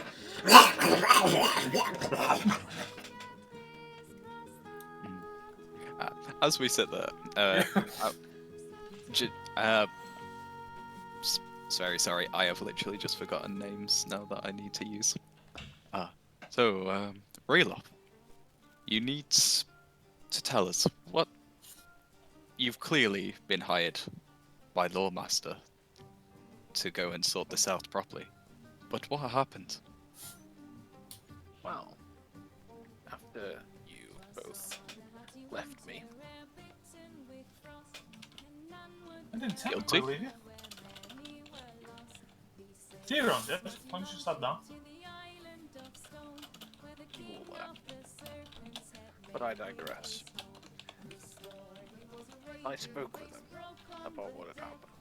And after some heated exchanges, we came to an agreement that I would find you both, and tomorrow, once things have calmed down a bit, we will go to him and discuss how we are going to make it better, or find who made this happen. Oh, Which I don't know about you two, I was going to do anyway. Yes. As per this party, yes. Once we use this information, it will at least mean that we don't show up empty-handed then tomorrow. What have you been able to find anyway? Sorry, can you repeat that, Chris? What have you been able to find anyway? Give me a break. You know how long it takes to build up a crowd like this? Look, it's going to be the evening when it settles down. Unless you can serve drinks whilst I take the Dragonborn away. You want me to serve drinks here? No, but clearly your hands are way too large to hand out fine glasses at the back. I could give it a go. But look, you don't need to It's worry only for now. about the information until later. As long as we get it and arrive tomorrow, we've done work. And the Lawmaster will be more likely to believe us then that we actually are innocent. Right. And what exactly is your plan after this has been dealt with? I'm assuming we will get a direction from where they either came from, we're heading next. Maybe even a possible buyer for said orb. Definitely worth There a was definitely something going on. When I was Exactly. speaking to him. Which is why I headed to the tavern to hopefully, if anyone has been talking, overheard, or seen doing anything shady. Other than Do you normally come to taverns for this kind of information? No, I just come here to earn my pay. Okay. That's how I live. You go to city, you get free drinks, free meals, and sometimes free lodging. Fantastic. So, yes. Now, if you excuse me, there's a pretty one over there, giving me the eyes, and I'm going to tumble backwards off my seat and make my way over Yeah, you just see Gerald almost just and just off of his seat, catch himself sort of on his feet. somersault. Yeah, doing that thing where you sort of use Hands and flip you just up. come up. Yeah. Yeah. Whoop. And I will make my way off to pick a race pick some races that might happen. I'm gonna roll a number. Okay. And you're just gonna give me a random race. Go for it. Go for a 6. 6. Durgo.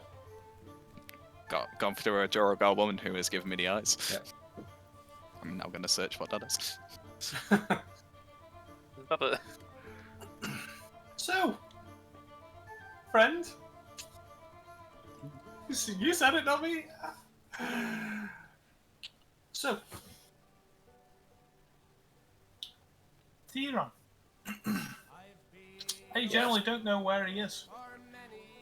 That's Are we probably just for the going best. to wait?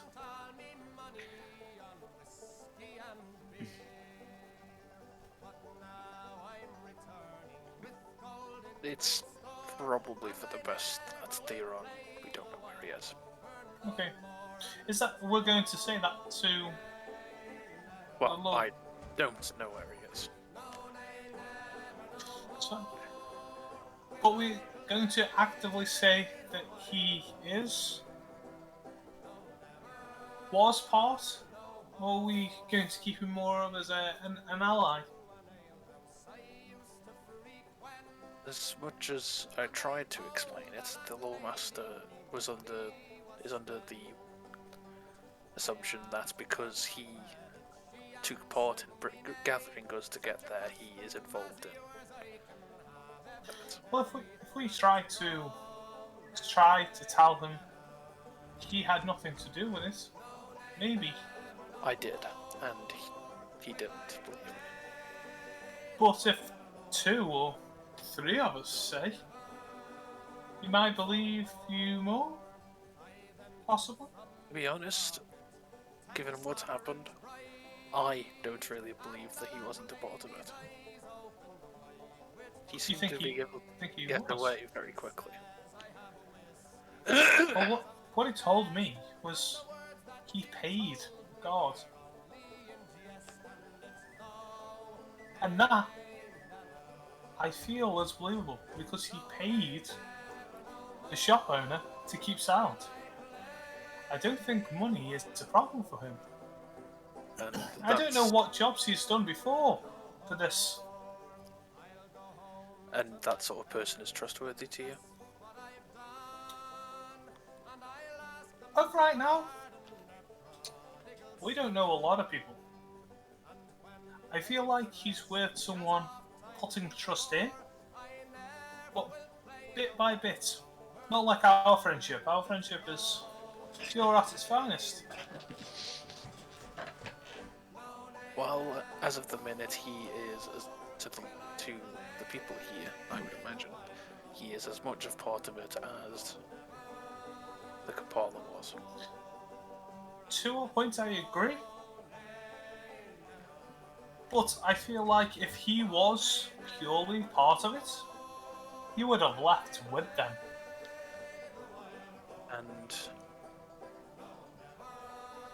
And he did sound like he wanted to kill this person. Right, and what was that's the only part. He told you to stay in the shop. The shop. And what happened in the shop exactly? Nothing crazy. I know he ran away. That's only because Theron threatened to kill me if I were to do anything bad to him. Which I tried to say. I wouldn't do anything to him, and he decided to run off. But don't worry. And you don't think any of that is intentional? Maybe? It could be. Well, I wouldn't hurt anyone unnecessarily. At the end of the day, whether he was or not, Allmaster He is under the impression that he was. he could. He could be. And Could it be. will be punished for it. But that's for another time anyway. Until we know where he is anyway, we can't do anything about it. True. For the minute, we should focus on finding information about whatever had happened.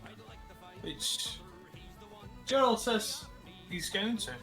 He's going to. After I see he's got his eyes on that, whatever that is. Not eyes that were on him.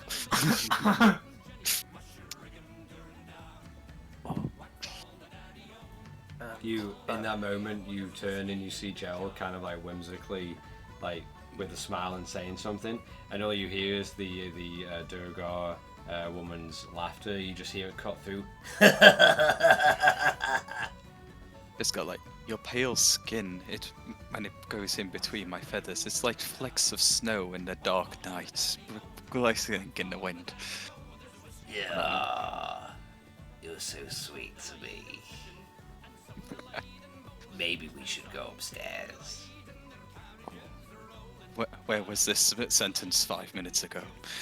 5 minutes too late, honey. And you just like pretty much like picks you up slightly and just you just see Gerald being carried upstairs just in a charge. Amazing. It's after you guys as I go. Real. Yes. I don't know about you, but I also don't trust Gerald. There's a part of me, only because he tried to flee when we were trapped in that room. He seems like a good person. I trust him more than I do Theron. But that felt a bit funny, a bit fishy. What was your thoughts about this? That I don't really know who to trust at the minute. You trust me? We're friends. We're buddies.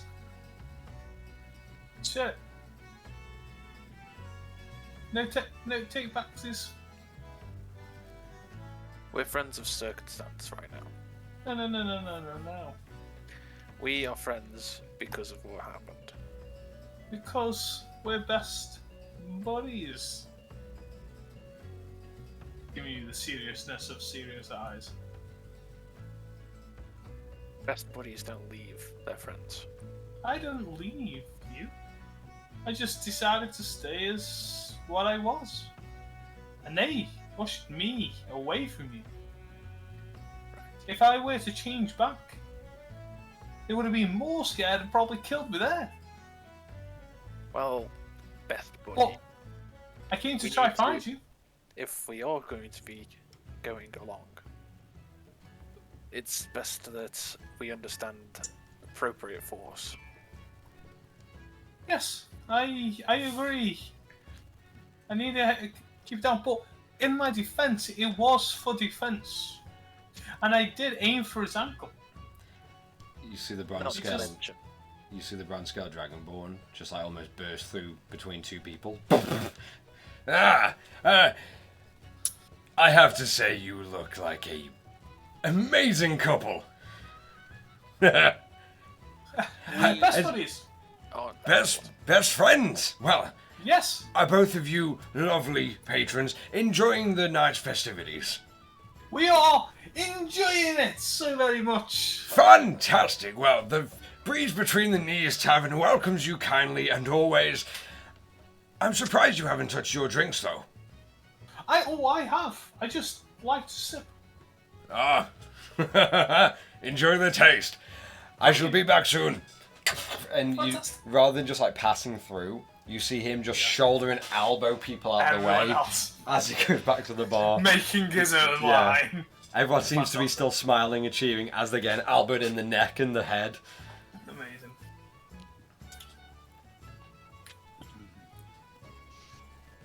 But, yes. So, tomorrow. Did you say a time? There wasn't really a time, no.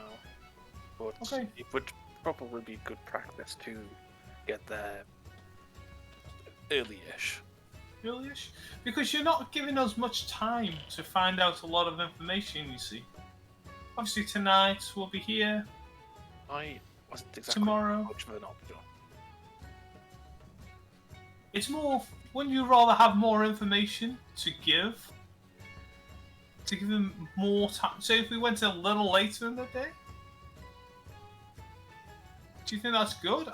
I'm not used to people, you see? So, I don't really know what to say. Truth. That's all But that yeah. matters. Oh, yes. I mean, what to say, how to say, it's... I would start with the truth. Then you can work up from there. Yes. Thank you. Whole truth. Yes, that's fine. And you may have to be ready to deal with the consequences of the truth. Okay. Well, you know, if anyone attempts to hurt me in self-defense, it gives me the right to hit them back, right?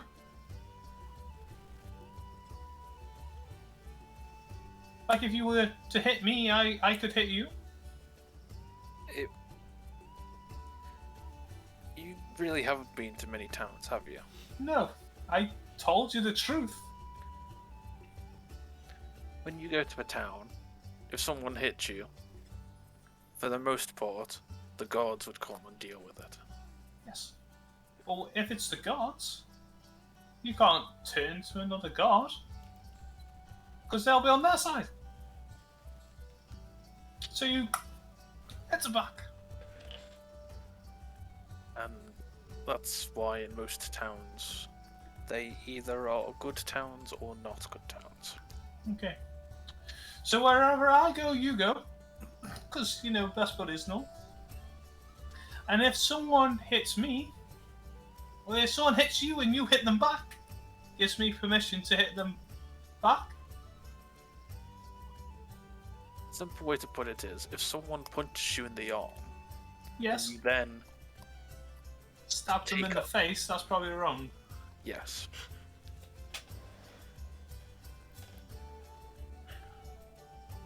And when someone who's really shady asks you to do a job, you ask questions before. Okay. So how come you didn't ask any questions? I tried to, but again, not really going. Because I remember trying to ask questions, but he's shut me down. Exactly. Theron shut us down any times we tried to ask questions. You are really not into Theron, are you? Understandably. But you really don't like him. No, not really. Do you wanna talk about it? Like, we've got people aren't gonna hear. I'm Person listening. who possibly set us up. Brought us halfway across the continent. Multiple continents, sorry. To do a job. And this is what's happened. No, I don't. That's fine. Regardless But of did whether you he, s- if he didn't mean, well, if he wasn't born with it, and he was just doing a job, I still probably wouldn't like him as much, but at least with that, I know he is in the same position as us. So did you trust him a little? Just considerably less? I trust everyone that else? he is a good person and wouldn't lead us to do that. But that's But surely far- good people can change. Or should I say, bad people's influences on good people can change. Someone to have to change for the good, they have to be bad in the first place. But how could he might be changing his ways? And what does that say about who he was? Well, we don't know him enough. Like, technically, I don't know you enough. You don't know me enough, but yet we're best buddies.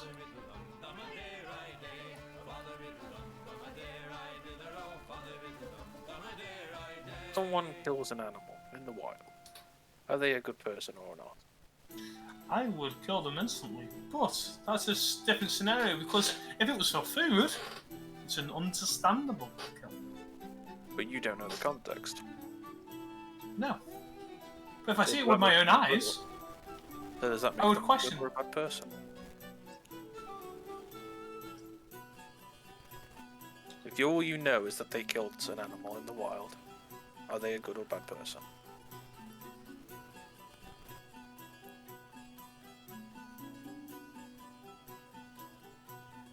I would have to know more. Exactly. We can't say they are good or bad until we know what's happened. Yeah. And until then, we can only assume that they are neither. That they are their own. And that they only care for their own. So, when we see Theron next, are you going to ask him a lot of questions? I'll be here with you. Yes, let's go with ask some questions. Ask. Okay. You hear a familiar of a tussle and commotion as Dendril quickly rushes past. What? Why is there so many miserable faces in front of me right now? There isn't! There it is! So, everyone is getting drunk. And he slams his heavy dragonborn butt onto the chair just beside you, Rayloff. Hello, big friend! Violin Bird told me you wanted to know about a Kopara that came through.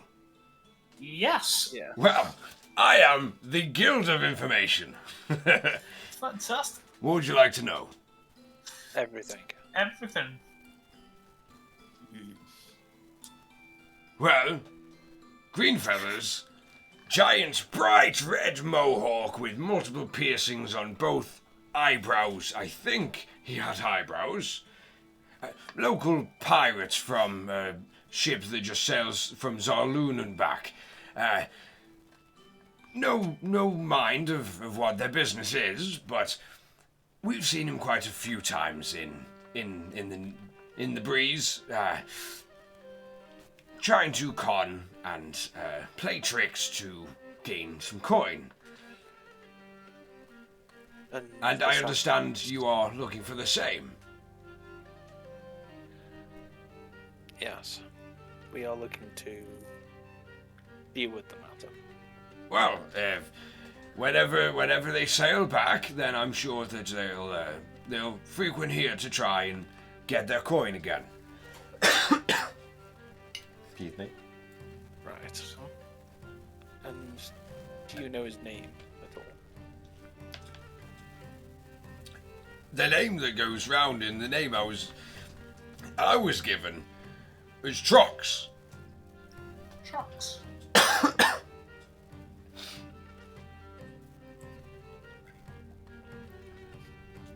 Either Trox or Trox Peggle. Whichever way you say it. Fantastic. And does he come around often?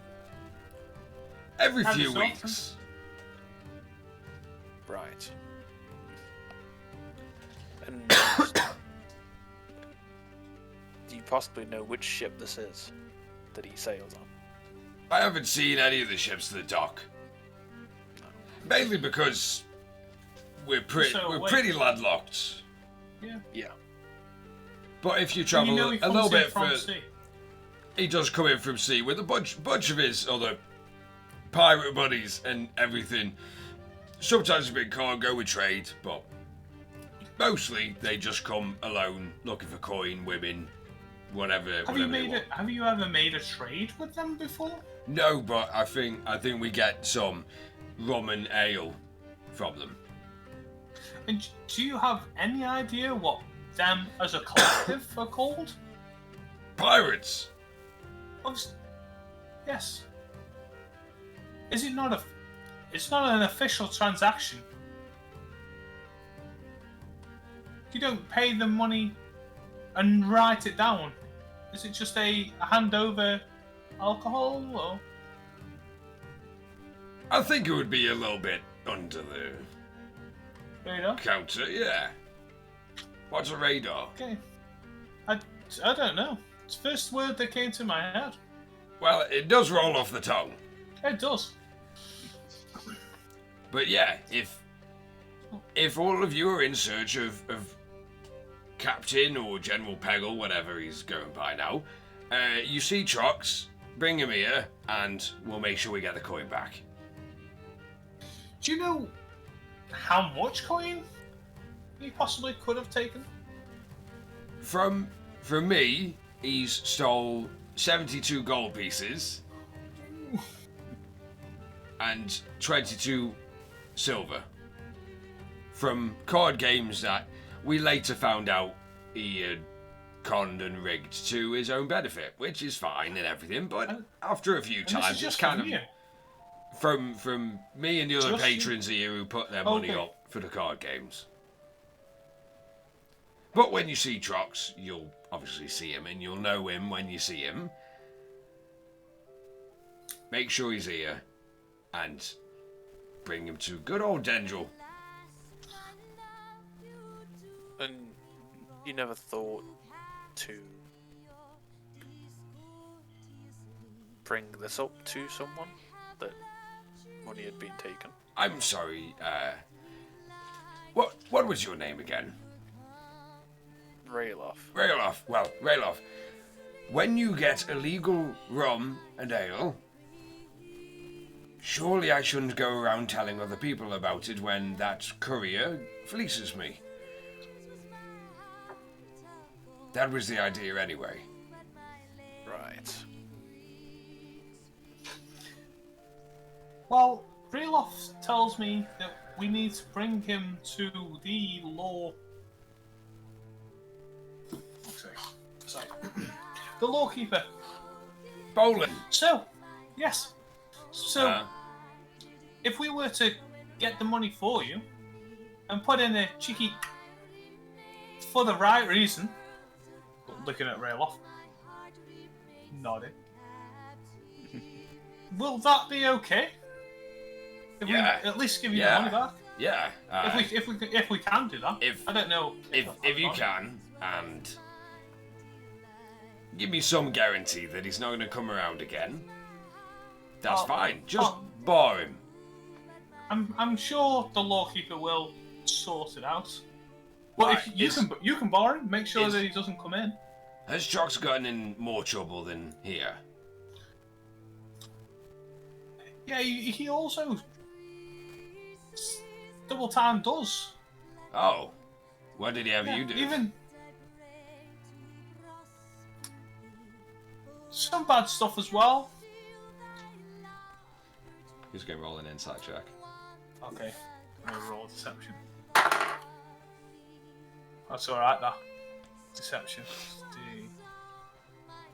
17. I'm glad you rolled high. You rolled a 5. Amazing. Right, so bad things, double cross. Took Yeah, you for not, some not, fools. not good things. Yeah, and Okay. it paid us with sand. that's, Yeah, no. it's not funny. No.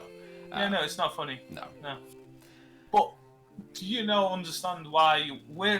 I feel Yeah, like you we're want in the same to boat. find him too. Okay. Yeah, yeah. So we're gonna get our money back. Obviously, Yeah. we're gonna get your money back, Yeah. and with the valued information that you've given us, and if you have any more, feel free to block it out. When new things come up, I'll let you know. Fantastic. I know the violinist. He went upstairs. Oh, we all saw that. Yes. Well, if he ever comes down, If she lets him want go. to just, if you want to just tell him you told us some things, and if you have any more information, you can tell him as well. Yeah. I'm sure he'll be around. That's fine. If I hear anything more, I'll let you know. Fantastic. And you just well, see you see his head shoot over to the doorway. And hold on. Yeah, no, And it's I- okay. I You need have to- a business. Yes. And you kind of see him like lean over and just grab your ale just for a quick. Yeah. Ah. Thank you. And he stands up with a huge. Get in! And he just like darts over to them Yeah. and Cool. continues his performance. with He's his a bravado. positive guy. Looking at rail off. Yeah. He's certainly knows how to work a crowd. Definitely. So, do you have any magical talents that you just making conversation? In fact, I do. Ooh. I have the old trusty persuasion Woohoo. and intimidation. Woohoo! Are you gonna use that on our good old buddy old pal friend? Obviously not me. Definitely not Mogwai. Yes. Good. I'd like to see that. I know Well, conversation I'm just is gonna take it off the lid of the. Yeah, you just pop the cork drink it out. out of it. Tara, you feel like Yes. you feel like a firm on your shoulder, and you turn and you see this pale human with a large handlebar mustache that is like grown out a little bit too much, grubby, pale skin, and light brown hair, so all tousled, tankard just as he's swaying. Excuse me, Hey. what is that? Looking down to Mogwai. He is my best buddy. Why do you want to stroke him? Yes, please. Mogwai? Be good. Why is that just? Oh, that's so soft. Yes. That is so soft. This. That you see that girl over there? Yeah. Is it just me, or does she have a fucking gorgeous voice? She very much does. Why don't you go? Could I take this little thing over to her as a peace offering? I'm sorry. He sticks with me. Please. I'm sorry. I'll tell you what you can do. I'm gonna pull out my staff. I'm using Druidcraft to make a border flower bloom, and the flower's just going to grow into a reddish kind of a red rose Okay. block. How about you give it this? You are amazing. It's okay. Right. Okay. Good luck. And he just like throws his tankard away. I'm gonna tell her I love her. We're gonna get married. We're gonna have kids. And You do it. and he turns around and he takes 2 steps forward before you see someone who's dancing. just hurls an elbow and clocks him in the nose. And he drops down to the ground with a big.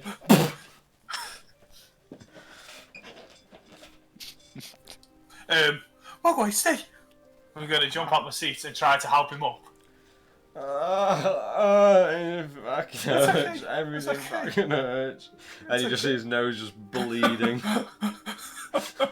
You see him weakly hold up the rose. It's like most of the petals are just fucking squished and bent and falling off. I don't love her. Well, wait. You know what? Yeah, fuck it. I'm gonna go to his nose, hold it, and go. This might sting a little. What do you mean? I'm gonna crack it back into place and use cure wounds on him. Alright, roll for the HP.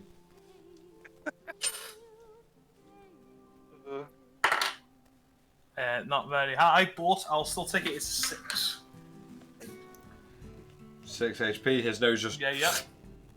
perfect, back to form. Okay. The blood You know stops, what? he wipes it away. Now that she's finished, quick. I'm gonna use Druidcraft, but I'm gonna try do it a few times and make a few roses. Okay. Throw the old one away. Try this.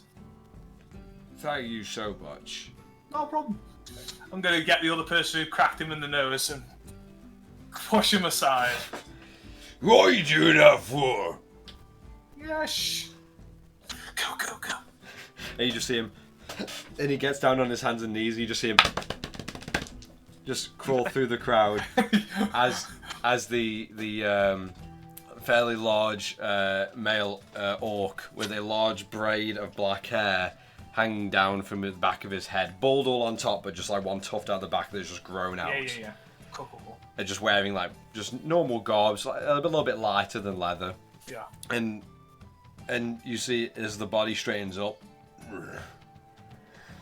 and like as he stands about a foot taller than you or so. Okay. Hi. Who are you saying, Josh? You cracked my friend in the face. We got So I just wanted to make sure it didn't happen. Do you want The second time. in the face? I got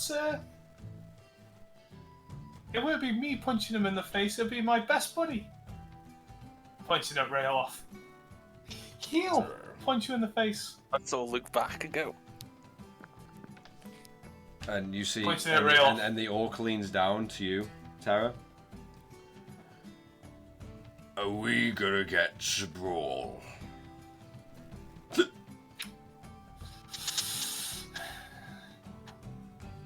Are you worried you're gonna lose? We can either brawl, you and me and him. As he like weakly, drunkenly points at the 3 rail-offs that are sitting there. Amazing. Or you and me can go for a little tussle up there. You know what? What? I want to see how he fights. Yeah. Rail off! I'll Come on, just buddy. get up. I'll get up. Just bring my keg. And you see, as the figure is towering over you, Rayloff towers over him. Yeah. Buddy? Yes. Looking up to Rail. Fuck him up! What? Fuck What? him up! Why? Because he wants to fight. I say you It finish was- him. It was either a brawl with you, little man, or a tussle between me and this one, but a nice little tussle upstairs. She's trying to blame me for cracking a little boyfriend in the nose. And did you crack him in the nose? I did. He got in my way. It's his fault. I helped him and pushed him aside so he wouldn't do it again. And this happened. Sort of look over to. Can't remember what the barkeep's name is. Dindril. Yeah, I'll look over to Dindril, just sort of. And you hear him shout through, "Ah! Are we having a bar fight?" Yeah! Get a shrug and then just right on the top of his noggin. Roll an attack for me. That's a 17 to hit. 17 definitely hits. Roll for damage. Or its unarmed attack Unarmed attack. is That's 5. 5. Sorry, no, plus 4 strength. But yeah, Yeah, five. it's one. Yeah, plus. it's 1 plus 4, yeah. Okay, yeah. You just and just bonk him on the head, and you just see him, and he just like slumpingly, I'm gonna drunkenly catch him as slams he's down. falling. Okay, I'm gonna grab him by his like collar. and you hear Dendril just, "Is it a bar fight?" And No. I'm just bar gonna fight pick him up. over. Pick him up. I'm gonna pick him up, go to the exit, and drop him, put him outside. And he just kind of like comes on, like just drops onto a flat ass. And I'm just gonna walk back to the table. You see everyone, like a couple people were like raring to go for a fight before you rail off. You just proclaim no, and then Dindril just calls it off. And you see a couple people like you walk in and you see someone is just like holding a glass behind someone's head. Stop and stare at.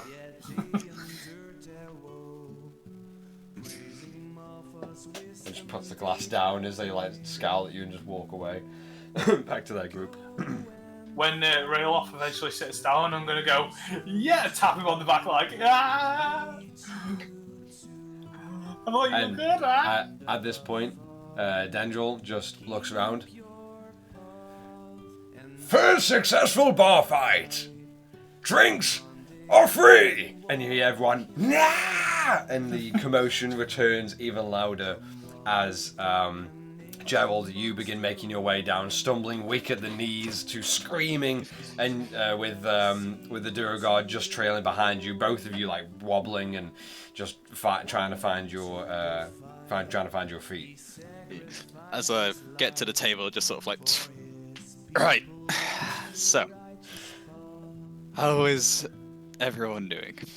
And just at that, as you just move to the side, slam your butt on the table, on the chair, with the Duragar still kind of slowly in tow down the stairs, wobbly, weak-kneed, into the cacophony of screams and shouts and drinks being flown everywhere.